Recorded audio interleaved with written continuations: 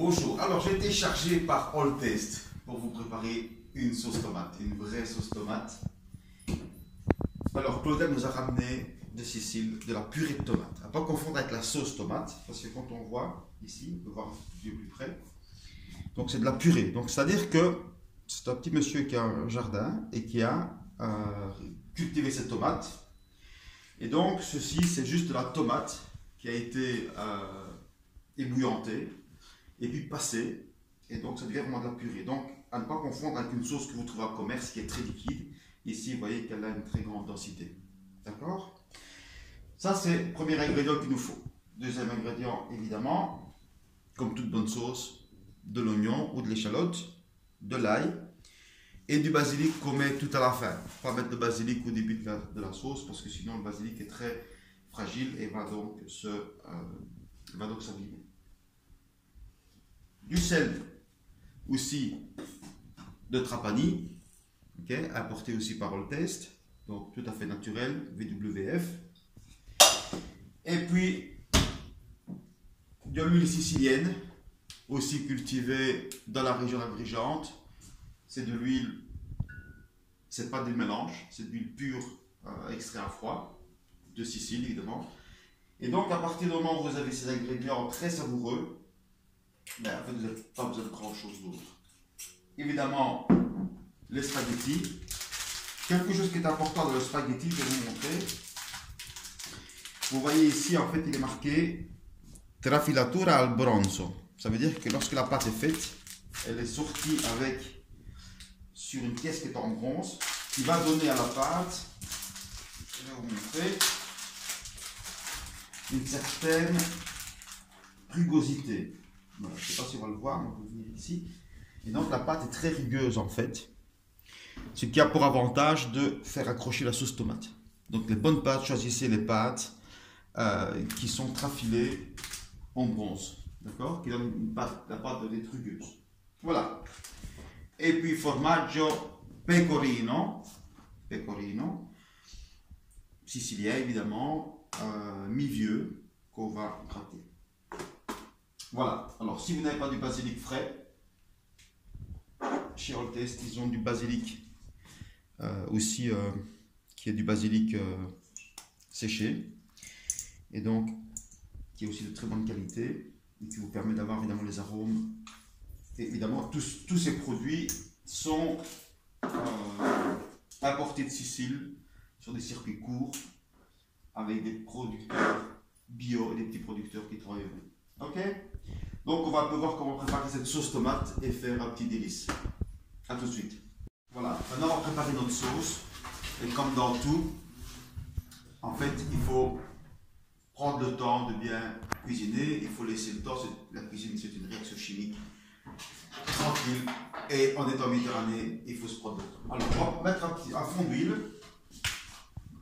Pas trop, on ne va pas trop mettre d'huile parce que sinon votre sauce va devenir trop. Voilà. Ça, c'est largement assez. Si vous avez des ingrédients qui sont de bonne qualité, eh ben, en fait, vous n'avez pas besoin de grand chose d'autre, en fait, parce que l'huile déjà ici, elle va sentir très bon. Et première étape, on va en fait faire revenir l'ail dans la sauce. Donc une gousse d'ail qu'on coupe en deux. On peut aussi enlever le cœur de l'ail parce qu'en fait ceci donne un peu un goût amer à l'ail. Okay, donc on va enlever. Voilà. Et on va la mettre dans l'huile. D'accord? Et on va laisser simplement revenir ceci. Et alors le secret, évidemment, l'ail ne doit pas brunir. On va juste laisser extraire l'odeur de l'ail dans l'huile. Okay, par de l'huile chaude. Donc il ne faut pas que l'ail ne doit pas brûler et on va ensuite l'enlever. Voilà, donc l'ail est en train de cuire tranquillement, d'accord, et elle commence à libérer vraiment une odeur qui est assez particulière, et donc on voit que l'ail commence déjà à brunir, donc là on va l'enlever, et donc on a extrait l'odeur de l'ail dans votre huile. Donc là, finalement, à ce stade-ci, on n'a plus besoin de l'ail. l'ail, donc ce n'est pas nécessaire qu'on la laisse. Donc il ne faut pas qu'elle brunisse de trop, donc on va enlever la poêle. Voilà, et on va enlever l'ail, si possible, dans l'assiette à côté. Et là maintenant, on va y mettre juste les oignons, coupés très fins. Donc les oignons doivent être coupés très très fins, de manière à ce que, hop, pas la feuille de basilic maintenant, elle est un peu rebelle. Voilà. Et donc là maintenant, on va faire revenir notre oignon, température très basse. Et à partir de là, on utilise l'outil essentiel, la palette en bois. Voilà, on fait revenir notre oignon. Et dès que l'oignon est revenu, vous voyez que l'oignon est coupé très très très fin. Là, on commence vraiment à avoir notre base d'huile super aromatisée avec l'ail et avec l'oignon. Encore une fois, à une température très basse. Moi, je suis à 4 ici. Donc, on prend le temps. On est en Méditerranée, on a le temps de cuisiner. Donc, on se prend le temps de cuisiner. Donc, l'ail ne doit pas brunir et l'oignon ne doit pas brunir non plus. Voilà, donc l'oignon a bien cuit dedans, il n'est pas brun. Donc moi ce que je fais, j'ai l'habitude de le sortir du feu. Je vais couper 2 minutes, je laisse un petit peu refroidir l'huile pour ne pas que lorsque je mets en fait ma sauce, ça splitch de partout. Ça splitch, du verbe splitcher, du verbe wallon. Alors, on a ouvert la purée de tomates. Déjà l'odeur est magnifique. Voilà, donc ici simplement on a pris la tomate, comme je l'ai dit, on a laissé bouillir la tomate. Et lorsque ça devient une espèce de soupe, on va la passer. Okay, et donc on récupère la purée et puis stop, c'est arrêté. Donc, et on met en bouteille, totalement stérilisée. Et c'est ceci qui va nous resservir de base pour créer notre sauce. Donc, ce qui est différent de la bouteille de sauce tomate qu'on trouve au supermarché, qui est déjà préparée avec des produits chimiques, des exhausteurs de goût, des tas de produits comme ça. Ici, on a vraiment la tomate. Alors, qu'est-ce que je vais faire? Je vais maintenant mettre ma tomate dedans. Voilà. On peut voir la texture. Et là, je vais juste ajouter un tout petit peu d'eau. Pas trop, vous voyez ici. Donc, vraiment, ceci, c'est juste pour aller récolter le fond et permettre à la sauce d'aller cuire. On remet sur le feu. Température, encore une fois, très basse. 4 maximum, on se prend le temps, on mélange de manière à ce que l'huile et l'oignon reviennent au milieu. Voilà. Donc vous voyez qu'on a déjà quelque chose d'assez dense. Okay. Alors je vais rajouter encore un tout petit peu d'eau. Pourquoi? Parce qu'en fait, je vais la faire cuire une vingtaine de minutes. Et donc cette eau que je vais ajouter va se réévaporer. Mais ça va me permettre aussi d'avoir la cuisson de ma sauce.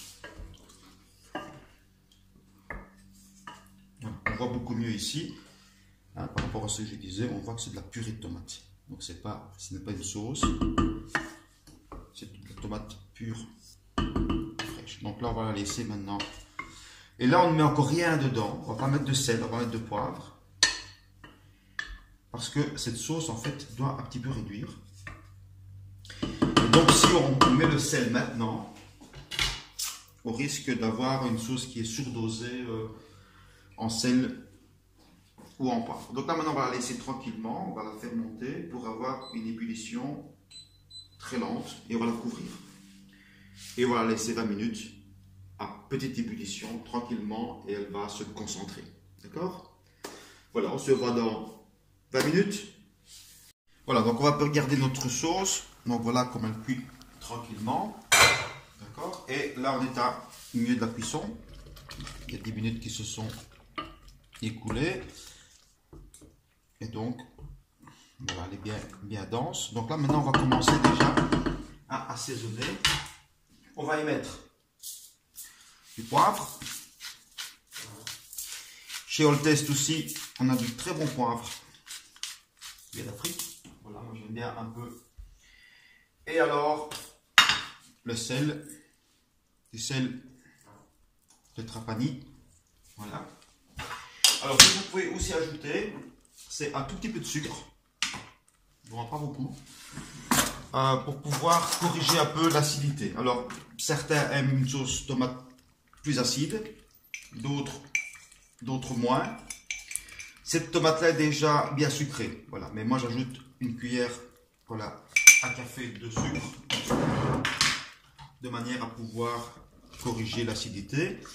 Et alors là, maintenant, vous laissez, on abaisse encore un tout petit peu le feu. On va encore laisser une petite dizaine de minutes. D'accord? Et à partir de ce moment-ci, ben, on va commencer à goûter pour voir si effectivement il faut rajouter plus de sel ou un peu plus de poivre selon le goût.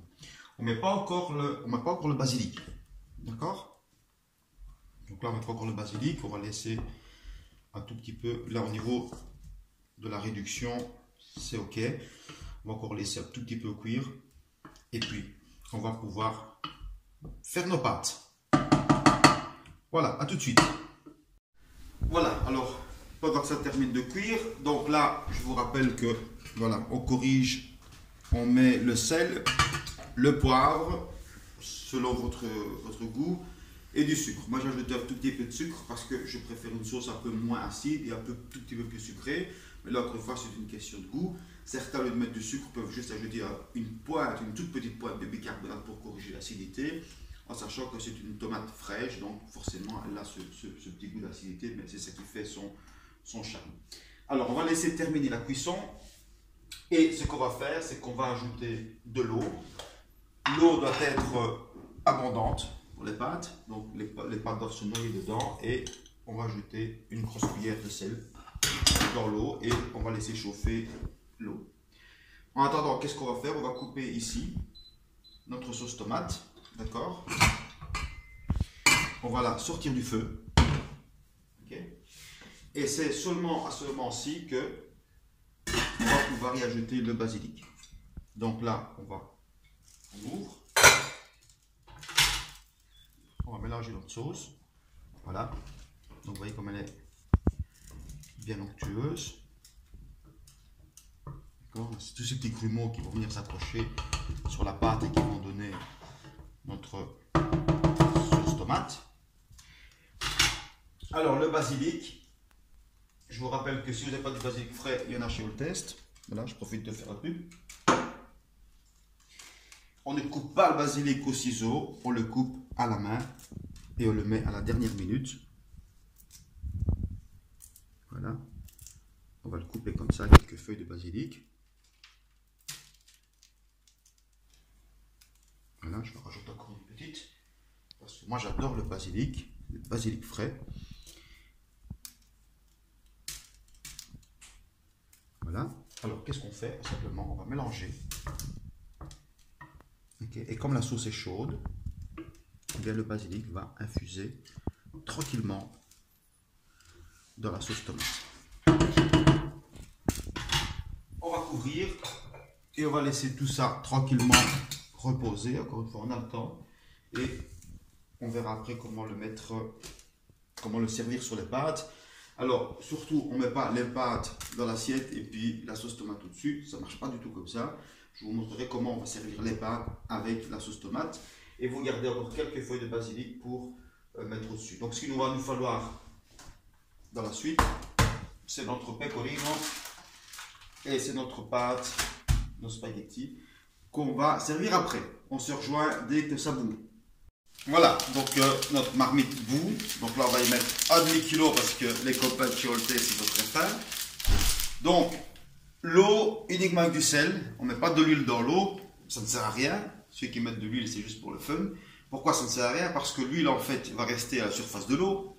Donc, et la pâte elle est dans l'eau, donc elle ne va pas s'accrocher. Et puis, une fois qu'on va égoutter les pâtes, l'huile va rester sur la pâte et donc on aura l'effet inverse de ce qu'on recherche, c'est-à-dire d'accrocher la sauce sur la pâte. Donc on ne met pas d'huile dans la pâte, on met juste de l'eau On met les spaghettis, on ne les coupe pas. Les spaghettis doivent être entiers. Voilà, je le mets dedans. Alors, je vais juste prendre une fourchette.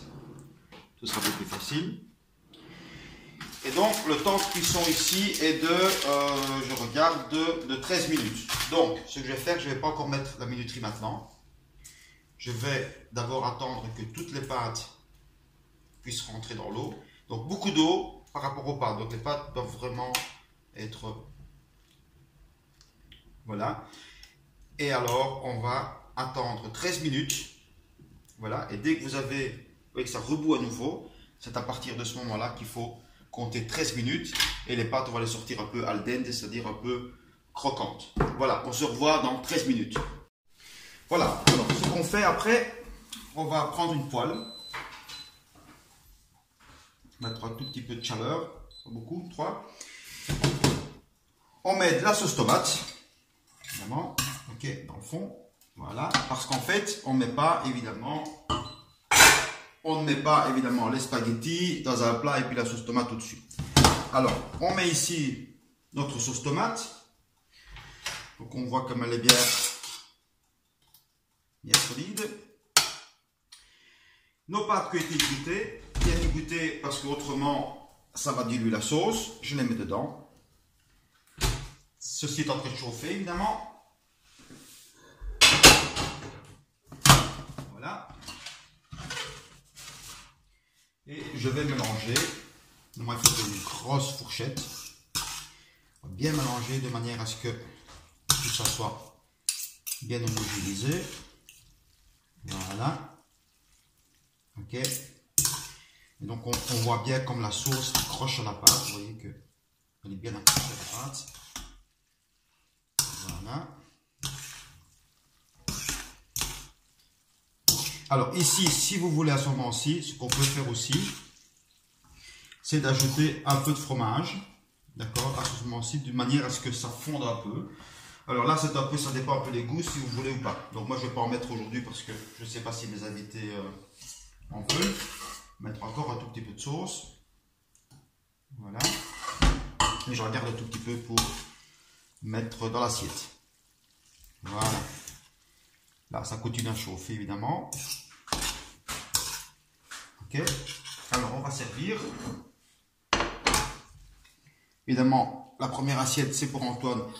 C'est un gros mangeur de pâtes. Donc, on va... Et vous voyez que là, on a déjà beaucoup de sauce sur la pâte.